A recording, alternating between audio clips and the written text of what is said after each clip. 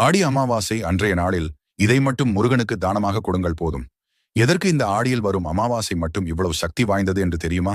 அதை பற்றி தெரிந்து கொள்வதற்கு முன், முருகனை உங்களுக்கு ரொம்ப பிடிக்கும் என்றால், ஓம் முருகா என்று சொல்லி எங்கள் முருகன் ஆராதனை சேனலை சப்ஸ்கிரைப் அண்ட் லைக் செய்து கொள்ளுங்கள்.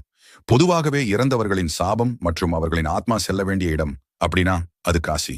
அந்த ஆத்மா அங்கு சென்று சேரவில்லை என்றால் உங்கள் வீட்டில் துர்மரணங்கள் ஏற்படும் நிலை வரலாம். துர்சக்திகள் வீட்டை தேடி வரும். கடனாளியாக ஆகிக் கொண்டே போவீர்கள்.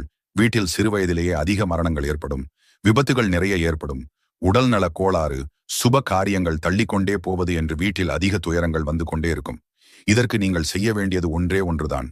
ஆடி அமாவாசை அன்று வீட்டை நன்றாக கழுவிவிட்டு, பிறகு வாசலில் நன்றாக துடைத்துவிட்டு, கற்பூரத்தை தேங்காய் எண்ணெயில் போட்டு நன்றாக சூடு செய்து அதை வாசலில் தடவி முறையான தோரணங்களுடன் ஒரு 4 பேருக்கு தானம் தர்மம் செய்யுங்கள்.